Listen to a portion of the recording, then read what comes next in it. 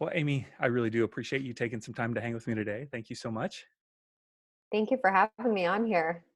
Yeah, so we are in a time of social distancing. You and I are very distant from one another, like an hour and a half.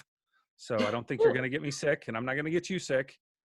I'm not sick to begin with, so we're good. But we've got all kinds of fears and all these feelings that people are having. I mean, there is so much that's coming up for people. Why do you think, or what do you think, maybe what so many of us are afraid of? What are we afraid of these days? I think that most people are afraid of the unknown, and that's the overall scope of what's going on. Sure, people are afraid of potentially getting sick. They're afraid of maybe their parents or people that are vulnerable in their life passing away or having higher risk. I think that the underlying this indefinite, this word that comes up when business owners are saying we're closed indefinitely, there's a sense of uncertainty on many levels, economically, socially, and things kind of seem like they're on at a pause, which I'm seeing as something really beautiful, as well as, mostly this fear is coming up from the uncertainty. Our brain doesn't like that. Our primal brain, which is our second brain, is geared towards safety and security. And this is such a beautiful example right now where we can see how much humans like to control. We try to control things, we try to plan things, and this is one of the first times for many people where it feels like the rug has been taken out underneath them and they can't control things and they can't predict the future. And that brings up a survival mode, a lot of fear, and we go into worst case scenario if that's the automatic place that the mind goes for survival. Hmm. Fear of the unknown. Yeah. And the indefinite pause. Man, my wife has been, she's a school teacher. And so it's kind of like, hey, we're out for 2 weeks. Now it's out until we're not sure. And that indefinite just feels so overwhelming because I can't look to the end. I think about as a kid, maybe looking forward to Christmas or something. And it's like, okay, there's an end to this waiting. Now Hmm. there's like this unknown end. Yeah. I think that the words that we use are so powerful. And I was watching a video earlier today by Danielle Laporte, and I actually haven't been watching that much on social media. I've pretty much been producing and creating and sharing new opportunities to support people. But I did catch this video, and the words that we use are so powerful. So if we use the word social distancing versus physical distancing, is a very different energy. Or Yeah. if we use the word indefinite versus temporary, this is temporary. We just don't know when it's going to end. And for me, our language it makes a difference in how we experience the world and how our mind processes things too. Yeah, boy, that feels totally different between indefinite and temporary. Like, man, I can just feel the difference there. That is amazing. Um, so people are fearful of the unknown. People are fearful of the temporary. And we go to the worst case scenario oftentimes. Why is that we go to the worst case scenario? Like, why wouldn't we just go to the, like, this is temporary. Like, this is going to be, we're going to have some fun with puzzles. It's going to be good. Yeah. Why do we go to the worst case scenario? There's a few different reasons. The first one that I would say is environment. What are we feeding our minds with? And the majority of the news, the majority of the media is coming from a very strict fear-based mindset. And when your mind is constantly fed that message, it's going to go into panic mode Hmm. because that's what it believes is true. And the news isn't always true. And I'm definitely taking this really seriously. I've been, making sure that I'm at home. I'm really honoring the guidelines for myself, for other people. And at the same time, I feel really grounded and centered. And I'm very intentionally choosing what type of information that I'm allowing into my space. So that's one reason why that happens. The other reason why it happens, when there's uncertainty, the mind goes into, let me keep myself safe. So it's actually a mechanism that's here to save us. It's here to protect us. Back in the day, if we were running from a tiger or a bear, or protecting ourselves physically. Yet if this temporary and indefinite goes on for weeks and months, if we constantly stay in that scarcity survival mode, it's going to start to have effects on like all areas of our life, on our health, on our relationships, on our sleep, so many things. And this is a really important time where the work that I do and the work that I teach, this is what it's designed for, when Hmm. we don't really know what's happening, and being able to observe the mind and choose differently so that you can make choices from a place that actually is going to move you forward and support you, instead of keep you stuck in the fear loop. Hmm. So powerful. Very good. So when we start to have these fear-based thoughts, like we're getting fearful, we're getting overwhelmed, we're getting anxious, like what would you suggest that we do on a practical level? Like how can I help myself during those times? hmm I think the first part is prevention, which is what I was sharing before, is Hmm. really limiting the amount of exposure that you have to the news. So this isn't about being irresponsible and ignorant and just avoidant. And this is really about, okay, how can I still stay up to date and get the information that I need to get without having the drama and the story that is being portrayed by the media, I mean, which once a day is probably enough yeah, in reality. once a Yeah. day, and looking at the CDC website, getting an update. This is about consciously choosing what you want to engage with, instead Hmm. of letting everything else come into your mind and having no boundaries for it. Hmm. That's where, so I would say That's first prevention. starting with Okay. prevention. Yeah, starting with that. The next is, a lot of times people don't even notice when they're in a fear-based state, because it's a panic, fight, or flight mode. And the first step really is awareness, is starting to be able to observe your thoughts and simply label and notice when it's happening. This is something that I learned from Tara Brach, who's an incredible meditation teacher, and she has a book called Radical Acceptance. Have you heard of Hmm. that book Yeah, before? I've read it. Yes. Yeah, so labeling is a term that even in psychology they use, is noticing when you're afraid and simply saying like, I'm scared right now. Hmm. It's okay to be scared right now. And what we want to do is welcome everything that's coming up. And knowing that maybe some days you might be afraid, some days you might feel lonely, but then there might be other days where you feel confident and you feel optimistic.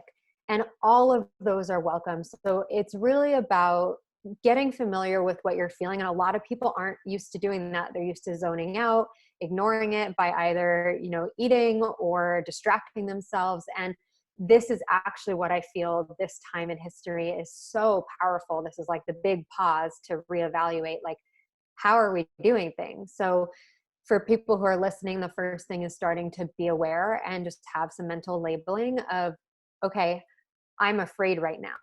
And that's different to saying, I'm depressed, like associating with being depressed. But in this moment, I feel depressed right now.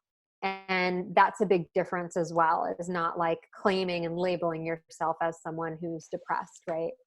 So the labeling is important. And then I wanted to teach today a very powerful short breathing exercise that helps to calm down the nervous system. Because if your mind is racing, you also possibly have shortness of breath. Your heart might be racing, you might be sweaty, palms sweaty, and those are all signs that the body is also in a fight or flight. And using the breath is a great way to connect the mind and body and just calm down the whole system. So are you willing to play with me today on Let's this do breathing it. Oh yeah, exercise? I'm ready. Yeah. All right. So if you're listening, I want you to actually do this exercise. So if it means you have to pause it and come back, that's fine. But I always tell people, listening to guidance on a breathing exercise isn't the same as doing it. So let's all do it That's together. So we'll true. just we'll just take an exhale out, just letting the air come out. And then we're going to take an inhale for a count of 3, and we're going to make the exhale longer. So the exhale will be a count of 4. So we'll Should I start be with the inhale. should I be having my eyes closed or anything, hands up or anything like? You can do whatever you are most comfortable with.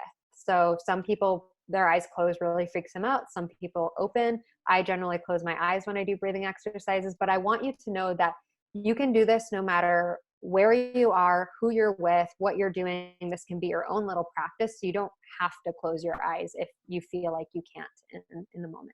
Okay, I just want to do it right. I want to get an A. Yeah. Awesome. So we're making the inhale shorter than the exhale because when you elongate the exhale, it's actually a relaxing sensation and we're letting out more oxygen than we're taking in. And that's what calms the nervous system. So we'll do it 3 times together and I'll count for the first 2. All right. So we're going to start with an inhale through your nose. So a count of 3, 2, 1.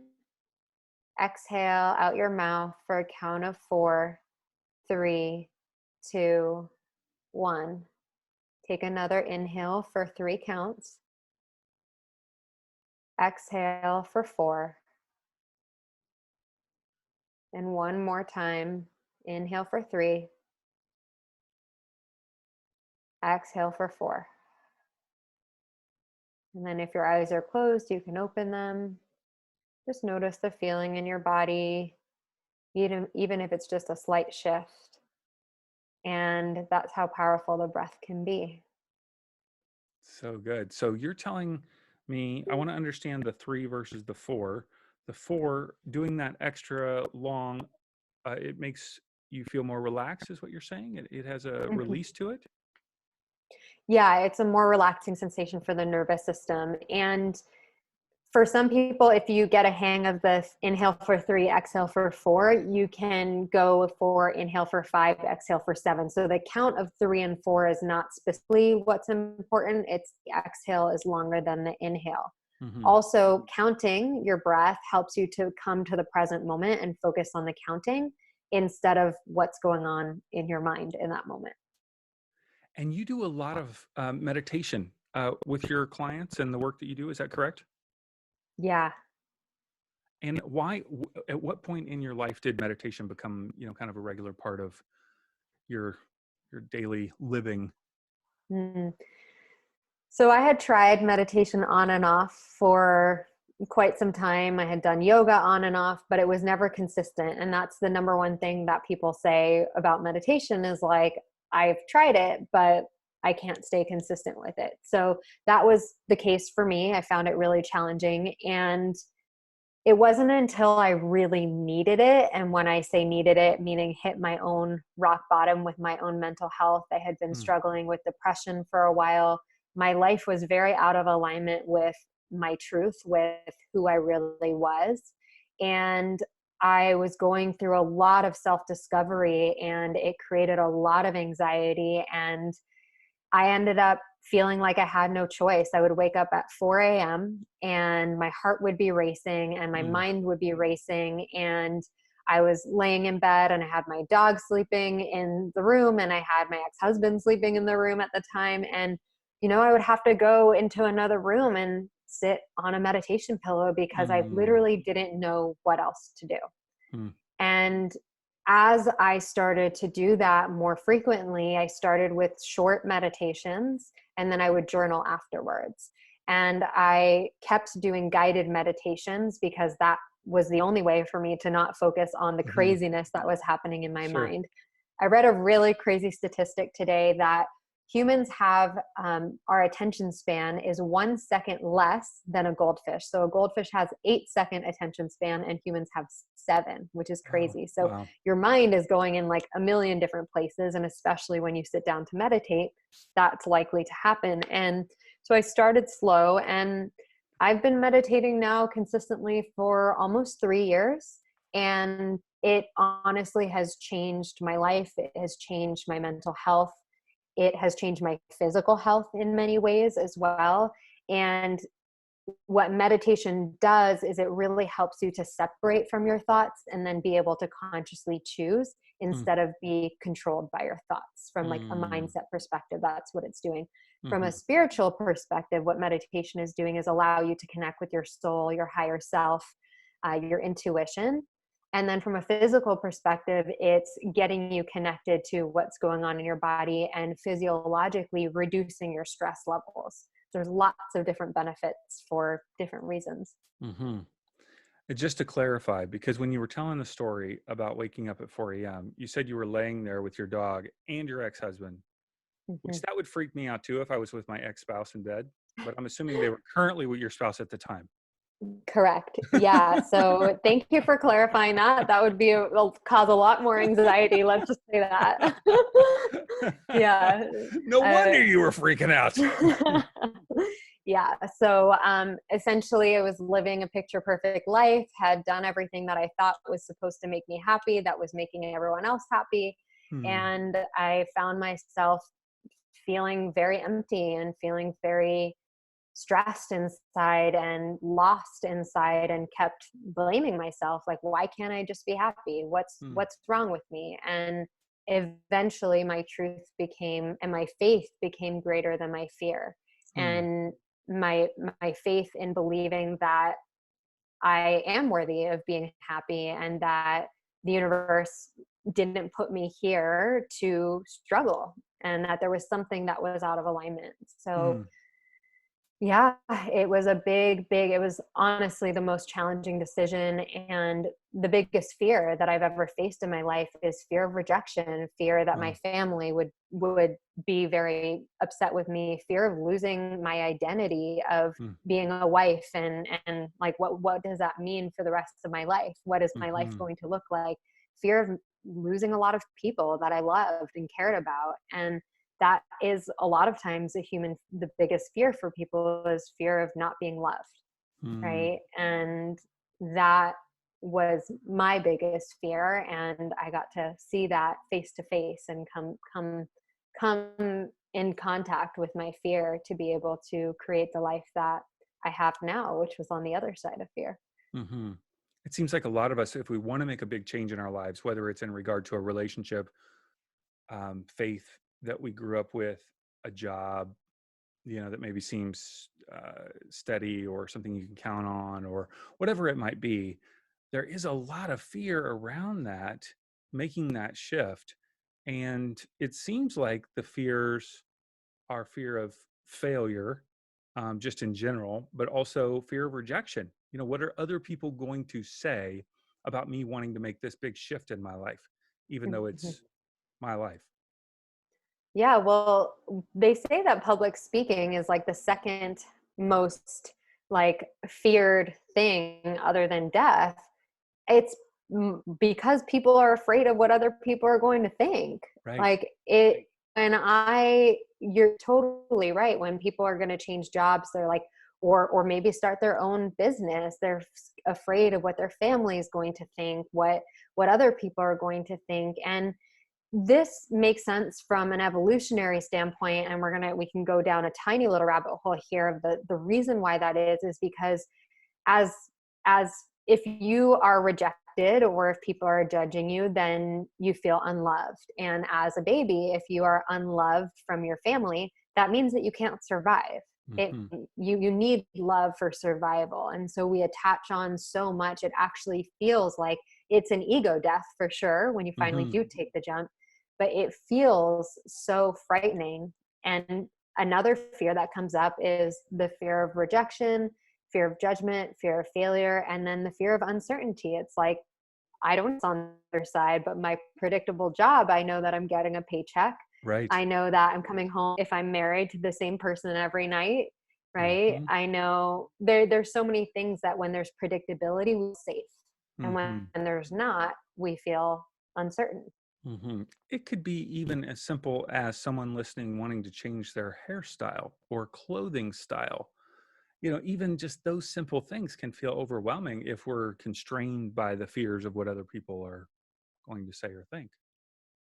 100%. Hmm. Yeah. And once and the way that I work on and support women in really shifting this pattern is developing the self-worth, self-trust, and self-love to love yourself enough to find value in yourself enough to be your own biggest cheerleader, so that no matter what other people think of you, that you know that you're honoring your truth, because people are going to judge you no matter what.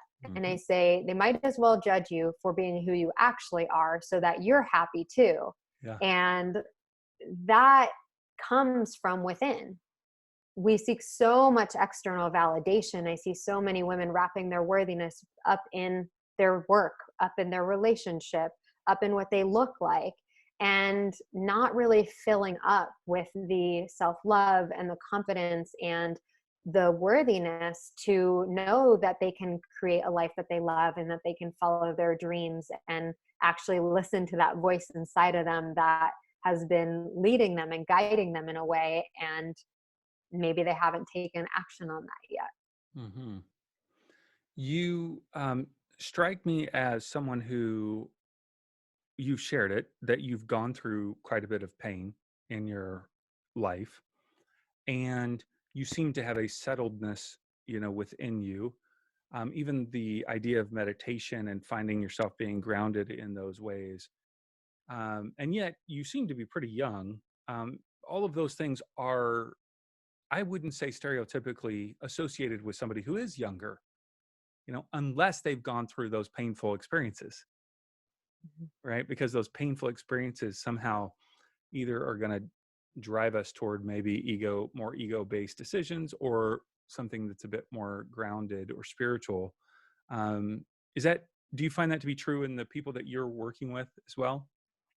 Yeah, the majority of the women that I work with are in their 30s to 40s, even, to 45. They have come a long way in their career. They make really great money. They feel like they climbed the ladder to wherever, and they finally get to a place where they have everything that they thought that they wanted, and they feel unfulfilled This and was empty supposed to be inside. great, This was what I thought I was aiming my whole life for, right? That's what right? we're taught. Um, what I like to say is that people have their own spiritual awakening and their own path in their own timing. Hmm. And there is no right timing. I mean, there's people who have spiritual awakenings when they're 70 and they realize that they don't need to focus so much on their body and that they can actually just live their life and enjoy themselves, right? And there's people who decide to, travel at the age of 50 and travel the world and experience their freedom. And some people may never make that shift in this lifetime. Who knows? But I do think that everyone has their own unique timing, and that in order to get to this space, it it comes with overcoming certain challenges that asked me and asked people to find the tools and resources to then come back home to this grounded space. Hmm. Hmm. When you were making that shift, how many ever, years ago, um, what did your family and friends say as you were making those shifts? And I don't mean necessarily just the ending of a marriage, but your own awakening. Like, what were the changes that they were seeing in you? How were they responding? Mhm.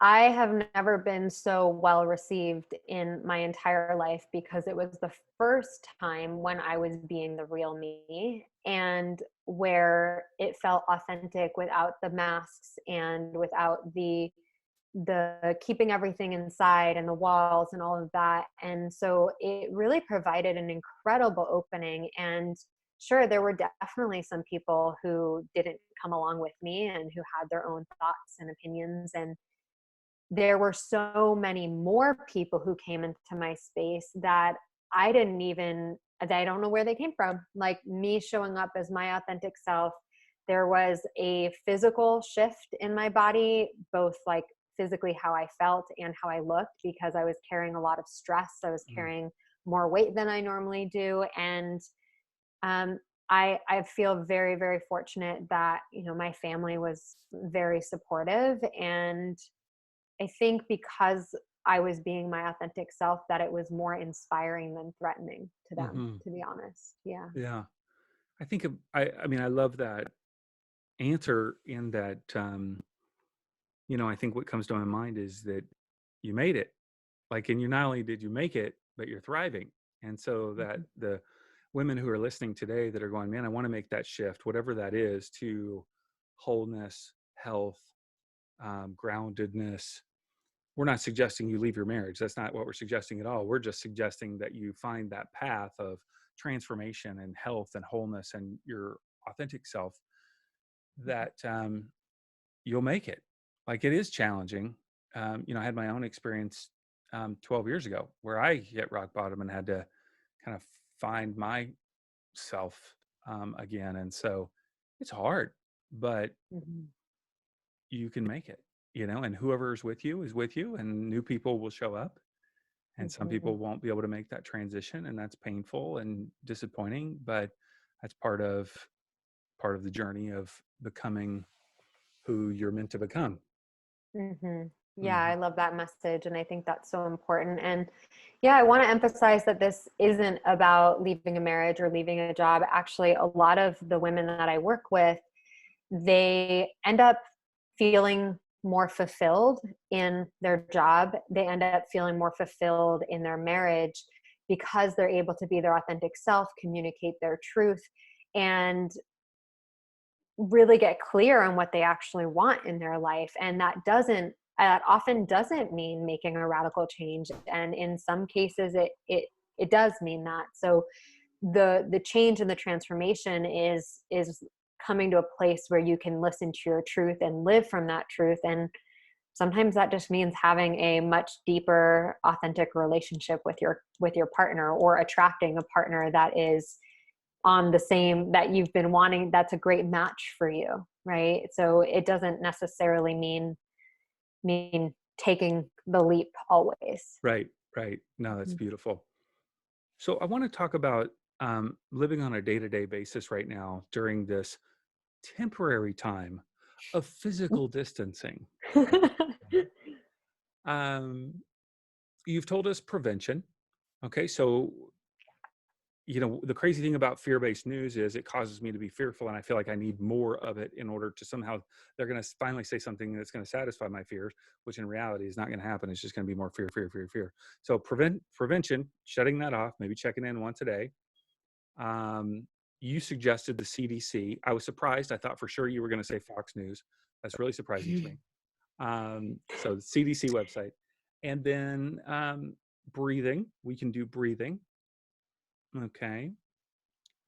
What else could we be doing, or what are you doing on a daily basis that might be helpful for people to cultivate a positive mindset during this time? Sure, I can walk you through my day, and I'm only going to share this from the perspective of these are some things that I was already doing before. So please honor what feels good for you. And there's no need to do all of these things. I just want to give you kind of like a menu of what's possible. And then what's important is that you pick one or two things that you can actually implement and that you're excited about doing. So for me, what that looks like is waking up and doing a 20-minute meditation, and then I get some movement in. So depending on the day, that might be going for a walk outside, or it might be I've been doing some online workout classes, which has been such a gift to be able to do that. So I've been doing some at-home workout classes or taking a yoga class. And then I will make myself a healthy meal, start my workday, and I always make sure that I get outside at least once a day. So I've been intentional about taking my lunch outside, or making sure after I'm done with work, making sure that I get outside. That's really important for my mental health. And I think for everybody to get fresh air, and being outdoors is really powerful. So those are some of the things. I think movement, taking care of your body. I also have a cutoff time for screen time. So for me, that's 8:30. And that was even before this, but this is even more important because I could be on my computer working. I love what I do for work, and I could really do this all day, right?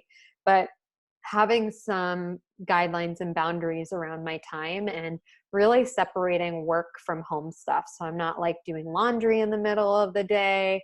I'm really, other than fixing myself some lunch, I'm really present with what I'm doing. And yeah, this time calls for even more grounding. And oftentimes, when there's chaos, this is where people lose themselves and go back to emotional eating, online spending, isolating, zoning out on social media. And those are all coping mechanisms. So if you're doing that, just know that like it's a protection mechanism and there's nothing wrong with it. And this is a time where you have the opportunity to come back home to yourself and really take advantage of this time where you don't have to waste time driving to work and where you have some more time for yourself. And you seem to be pretty good with plants, I'm going to say. I love my plants. I never thought that I always used to kill plants.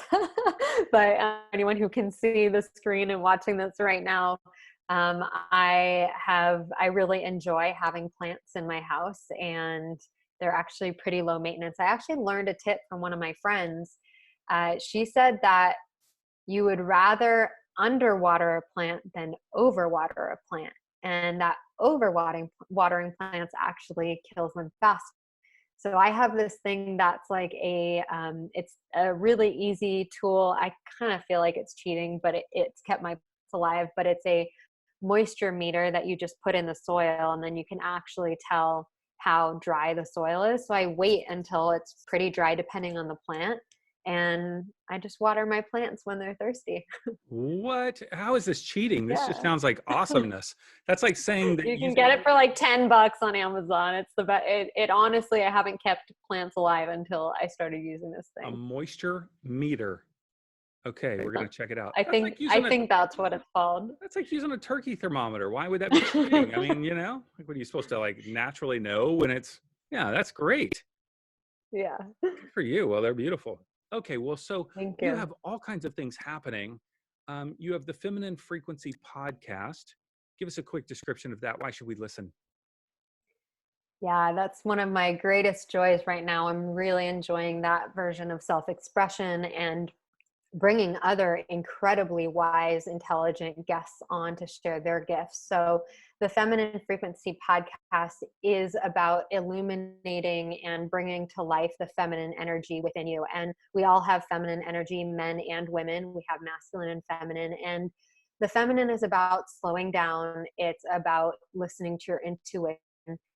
It's about being in your body instead of being in your mind. Connect. It's about love and nourishment. And there's quite a big imbalance for most people in our current society where we've just been taught and trained to be in our masculine most of the time. So, my intention with the Feminine Frequency podcast is to really bring more of that energy in and to allow women to discover and listen to their intuition, be more connected in their relationships. There's so many beautiful things that can happen when we actually slow down. So that's mostly what you'll find on the Feminine Frequency podcast. And if people live in San Diego or that surrounding area, you have an actual physical gathering. I know you've kind of taken it virtual now that things have gotten a little Corona crazy, but it's called the New Moon Collective. What is that all about? Yeah, so the New Moon Collective has moved online, and it is last night we had one, and it was actually we had someone from Singapore, had someone from Canada, New Mexico. So it actually provides for a lot of opportunity for people from all over the world to join, and it's still super powerful. But it's an opportunity to bring women together in a really authentic space where they can be themselves. And I've had clients who have never ever done anything like that before. And one of my clients told me last week that it was the first time where she felt like she was around other women, where she felt like she wasn't judged. Hmm. And it's really for women who are committed to their own personal growth, who want to be part of community, who want to be part of an inspiring community and be intentional with their living. So the new moon is a time to set intentions, to celebrate yourself. And I walk everyone through a process where they get really clear on what their intention is for the month, and then also understand what is happening astrologically at that time to make some sense of everything that's going on. And then finally, You've got a Facebook group called the Confidence Collective, which I know there's quite a few on Facebook. So we'll make sure we get the link to that, which will be in our show notes. Uh, all of the resources will be at amynatalieco.com, Hmm. amynatalieco.com, which is your middle name, Amy Natalie. My grandmother and that side of the family used to call me by my first and middle name, John David. Drives me crazy. I don't really hear it that much anymore. But so, yeah, thank you so much for sharing all of your wisdom and groundedness and these very simple, practical tips that we can utilize during this time. And I Yeah, just you're love so the breathing welcome. exercise. So that was super, super powerful. So thank you. Thank you. Yeah. And if anyone wants to get some guided meditations, I have a meditation bundle that will also, I have a free gift for you to download 5 free meditations to really connect with your intuition and your confidence and getting out of overwhelm and anxiety. So, those are some short meditations that you can enjoy as well. And those are at amynatalieco.com. So make Those sure. are on, yeah, those are on the website, or you can go straight to that web page, which is femfrequencybundle.com. We can link that as well. Perfect. femfrequencybundle.com. Yeah. Great. Thank you so much, Amy. I really appreciate it. Thank you, David. Thanks for having me on, and thanks everyone for listening.